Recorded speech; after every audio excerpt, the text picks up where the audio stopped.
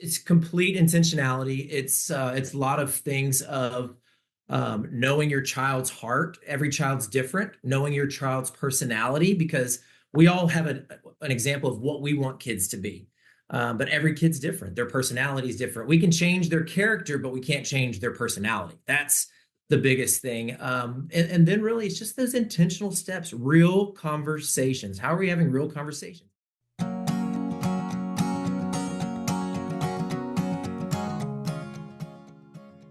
Welcome to the Company of Dads podcast. After 120 plus episodes, we've started to do something different this season. I'm still your host, Paul Sullivan, and we're still focused on lead dads, working moms, and how small changes at home or work can have a big impact on their lives. What's new is each episode now promises to deliver actionable advice on some area of concern at home or at work. Short, direct, again, actionable. 5 questions, 5 answers. This week, our guest is Kevin Goodnight, author of Dadvoted, Developing Devoted Dads. A father of 2, the man is on a mission. He came to this after nearly a 2-decade career in sales. He's living in Houston, and he's here to help dads be more devoted fathers. Welcome, Kevin, to the Company of Dads podcast. I love it. I love it. Beautiful morning here in Houston, Texas. And like I think I said, the coffee's flowing. So I'm amped up and ready to challenge and charge the men and dads of the Company of Dads. So glad to be here, my man.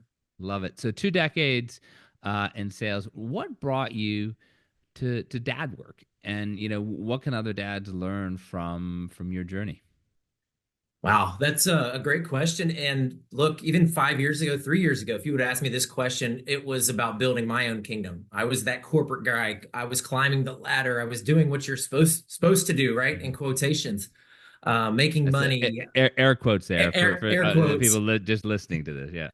I'm making all the money. I've got the title. I've got the wife. I've got the beautiful kids. I got the white picket fence. I mean, the American dream is it's being lived, and I'm doing it right, doing it well, and dominating, for lack of a better word, right? That's what you're supposed to do as men. And literally, it was just kind of it was a little bit of a burnout mixed with a kind of a divine kick in the face, and found myself just kind of really in depth drinking a lot. Right? There was always a good day. There was always a good day to celebrate. There was always a good day to drown your sorrows. Commuting 2 hours a day. And for me, it kind of just woke up one day and it had to stop. And I love to say I just here it was another 1.5 year journey. And I didn't even consider myself a writer, Paul. It was just one of those things that I was journaling, and I told my wife, I said, look, I think this could become a book. And that's it. And 6 months later at a wedding, a lady I'd never met before said, you're going to write a book one day, and it's going to impact men and dads. And I looked at my wife and I said, excuse me. And I've been talking about this, and I come from a background of faith, but you would think it started overnight. It was still this just drag and push of trying to figure it out, including a sobriety journey. So to answer your question, there was no linear path. I was here, then a transition phase. And now I guess I'm having my halftime moment of just complete living for significance. And it's beautiful. So I hope that answers kind of the genesis of it all. Yeah, and when you tell that story about your own journey, what do you hope other dads can get from the changes that you made in your life, Yeah. for yourself, for your family? Yeah, it's never too late. I talk to a lot of dads that have that older teenager kids. I press hard into dads and say, look, from 5 to 11 is your biggest years of impact. And I always get the dad who raises his hand and is like, yeah, my kids are 13 and 15 and 17 and I screwed up. What do I do? Right. And so that's where I say, look, it's never too late to start. You may have to eat some humble pie if you're in that later stage. You may have to start over and refresh and build that trust. But my whole point is that, man, it's never too late. You were made to be more. You were made to impact the next generation, and not just the next generation. We're talking the next and the next and the next. So my whole thing is, how do we get men in that mindset? It's not about just raising kids to be contributing members to society. It's how are you doing it so their kids and in such a way that we throw the word legacy around, but it's just that. How are you living a legacy versus just leaving a legacy? Yeah, that's excellent. Question 2, you talk about levels of fatherhood in the book. what are the 5 levels of fatherhood, and sort of walk the listeners through how you sort of rise up that ladder? Yeah, absolutely. Unfortunately, we know about the deserted dad, the dad who's not there, who's not physically present in the house. And I think, and the stats show 45% of homes don't have a father in them. But then there's the percentage of dads that are in the home that aren't active or present. And I think that's kind of where the next level kind of starts to go down. Dominant dad he's a my way or the highway. Kind of honestly, probably how a lot of us were raised. Nothing wrong against our fathers, but it wasn't a lot of love. It was more about performance. It was more about driving, those types of things. So you got deserted dad, dominant dad. You got the desired dad. This is the desired dad. He wants to be a good dad, but again, this is where I was. I was building my own kingdom. It was all about me, me, me. More of a friend to their kids, which that's good later in life, but not early on. And then so after the deserted, the dominant, desired dad, we have a determined dad. This is the good dad. This is the dad that's coaching the football games. He's coaching the soccer teams. He's there on Saturdays. He's showing up to the events. But he thinks he has to do more. And it's not about doing more. It's about being more. And so there's that fine line. And where I'm seeing is that there's a ton of determined dads. And to become a devoted dad, or a dad voted, as I've termed it, it's just a small level of intentionality on certain things. It's some habits, it's some rhythms, it's some Give us some yeah. some examples there, because that fourth level there, determined dad, that sounds pretty good for most people. So how do you get to crank it a little bit more to get to Yeah. that fifth level of devoted or dad voted dad? Yeah, it's complete intentionality. It's a lot of things of knowing your child's heart. Every child's different. Knowing your child's personality, because we all have an example of what we want kids to be. But every kid's different. Their personality is different. We can change their character, but we can't change their personality. That's Right. the biggest thing. And then really it's just those intentional steps, real conversations. How are we having real conversations? Are we having dinner 3 times, or a meal 3 times a week? That's the stat. 21 meals if we eat 3 a day. We just need 3 meals together with our kids. And the stats show that they're going to be better contributors to society. They're going to be smarter. They're going to, all these crazy stats that just all back into three meals a week. So I think that's the kicker of sometimes, though, it's hard things.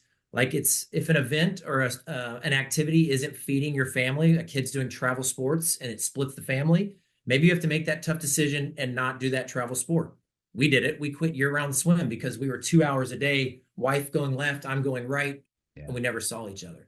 So that's really that kicker. And then there's some other things we'll talk about, some specific tangible habits that I think, or not habits, just a rhythm that we have to have. But yeah, that's really where the draw the line in the sand. And most men are so close. They just got to get over that little hump. Yeah. This is awesome. Question 3. What's holding fathers back from getting better? Oh, wow. I think the biggest thing that right now is busyness, right? Busyness holds most men back. The perception of busyness, right?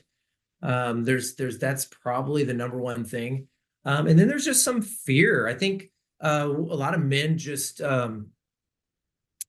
they are so close, but there's something holding them back. And again, this is not a shot at men. It's like, look, man, I want to help fix men, whatever that means.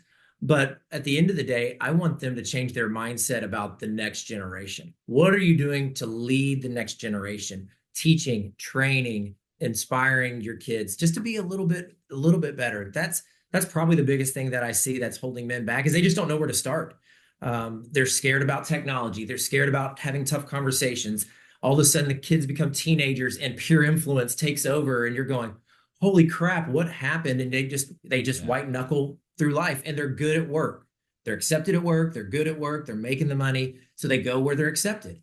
Yeah. And We the like to bottom do line things is, that we're good at. Yeah. yeah, we do things that we're good at. And then if a spouse, depending on the spouse, in the picture, out of the picture, whatever, if she's not supportive or she takes over that, as you call it, that lead role, right? And we love our brides. We love our wives. Mothers are so beautiful in the process. But sometimes she has to let us lead as well. So that's a whole podcast or book probably there. Yeah, you talked about that you're there, like, dad's getting, stuck instead of reverting to things where they're having success. And it's like if you're good at basketball as a kid, you play more basketball. If you stink at baseball, and you're good at basketball, you play more basketball than baseball. But this is more important than that, because this is your children, this is being a father, this is, really, helping them, not just physically, but psychologically to get through life. So how do you help fathers get unstuck, and how do you help them if they're at level 2 get to Yeah. level 4? Yeah, wow. Beautiful question. And again, you also have to think back before I answered that of where most dads are. You're 30, low 30s, you're on this part of the ladder, so you're trying to build yourself up. And all of a sudden you have a 5 and 6 year old and you've reached a VP or director status, and it's hard, and it's kind of the Western way of doing it. So you have to be completely different. You have to be so intentional. You have to have that mission minded of what are we doing to impact the family, and what are we doing to raise these amazing gifts and these amazing kids. The first thing, it really starts with it's identity and purpose. I mean, look, those are big words. Everybody uses those words, but if you can't lead if you don't know who you are. So, and that's a whole other. I take it from more of a spiritual endeavor of who you are as an identity, as that of a dearly loved child, and then you move into what is your specific calling in life. So if men know that, they delegate better at work, they show up better at home, they love people better. It's just this whole crazy thing. But I usually start with the basics. Where are your boundaries? Okay. What are your non-negotiables? Yeah. What is your identity? What are your expectations? At work, we have a ton of expectations. Mm-hmm. At home, let's have no expectations. And so, like, now let me rephrase that, because your eyes, I love it. I see your face. Yeah. Yes, we have high expectations on our kids' future. We want them to do well. We want them to try hard, but we should eliminate our expectations, because the higher our expectations, the more irritations come. And so if I come home already expecting dinner to be on the table and dinner's not on the table, I'm irritated. But if I come in with a no expectations mindset, I come in and she's flustered and the kids are going left and right, and I have no expectations, I go, okay, I got this. Boom, I read the room and I take it. So that's a hard one to gauge. Yeah, I like the way you explained it. Once you explain the word, it makes a lot more sense. So yeah. you got to have expectations in life, right? You got to have some, but in some things we got to eliminate expectations, and that's where I really start to talk about men and dads. Sometimes I dive in deeper into their childhood. I'm seeing most of the same patterns, a lot of performance-based parenting, a lot of performance-based childhoods where my dad didn't show up until I was this. And so you're seeing a lot of those. People call it wounds. There's lots of things. So really it's just diving into men to be a little bit better. How can you leave your words behind? What if a tree fell on our house right now today during this phone conversation? Very morbid, but do my kids have my words left behind? Do they have it have I written letters to you're a writer, so you can attest. I've written letters to my kids. They know how much I love them. They know my words. Sometimes it's as basic, simple, stupid as, have you told your kids you love them? And do they know it in a written format? Mm-hmm. Basic. So anyways, I went a lot of rabbit holes there. But no, it was awesome. It was awesome.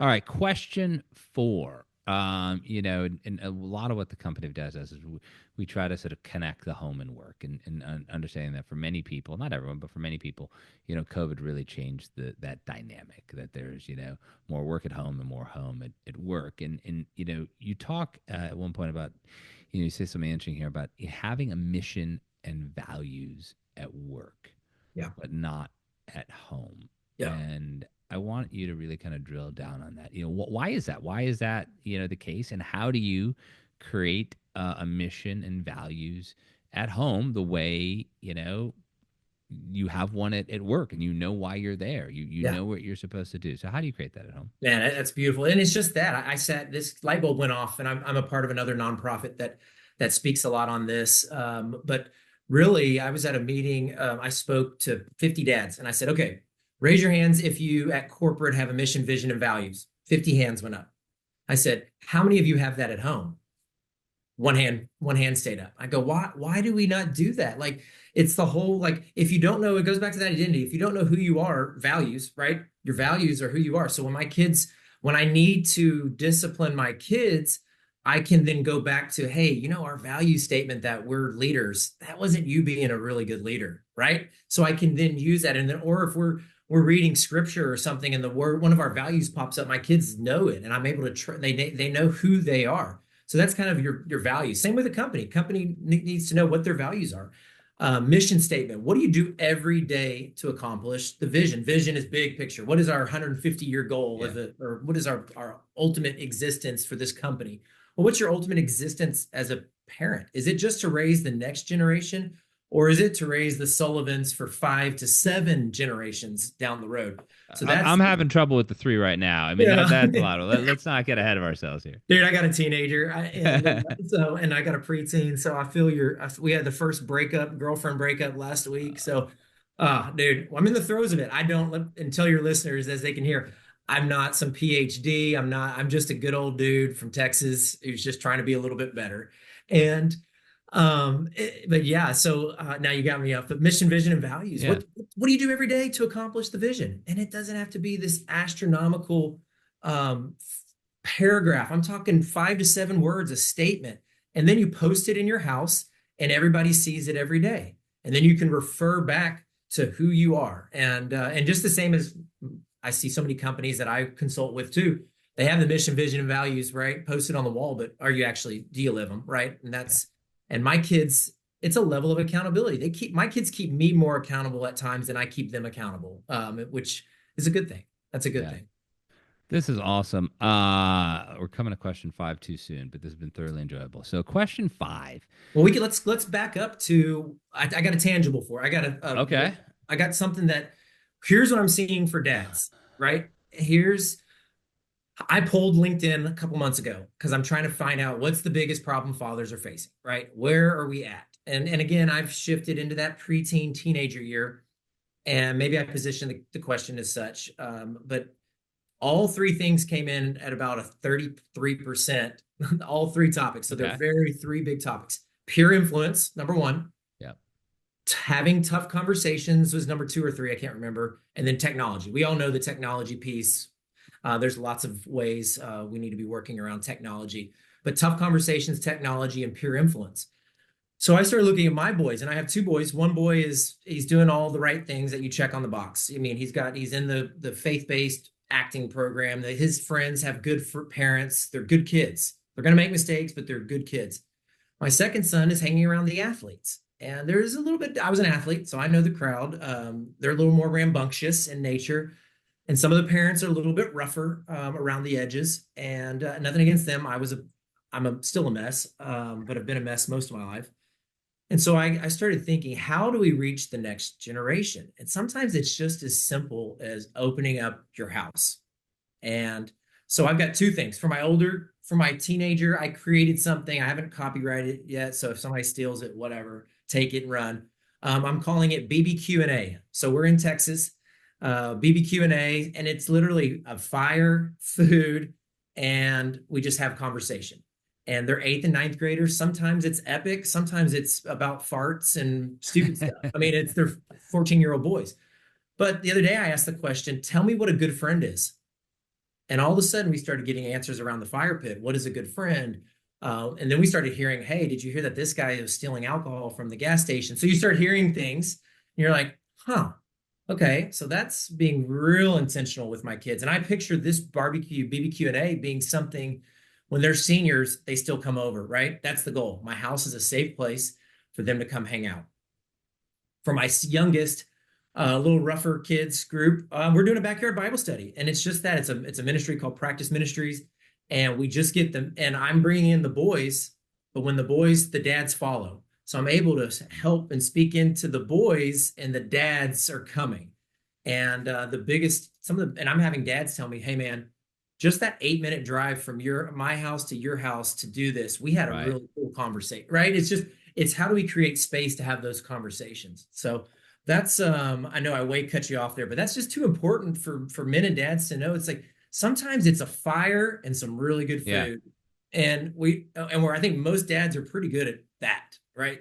And then bring your kids in, and daughters, the same. Do it with your daughters and their girlfriends. Dads and daughters, man, they play such a pivotal especially in identity. Oh my gosh, especially in identity. So anyways, I could go on a No, it's a great tangent. takeaway. BBQ&A. I love it. It's a great takeaway. So question 5, dads make dozens of small decisions each day, everywhere. They make them at home. They make them at work. They make them with their friends.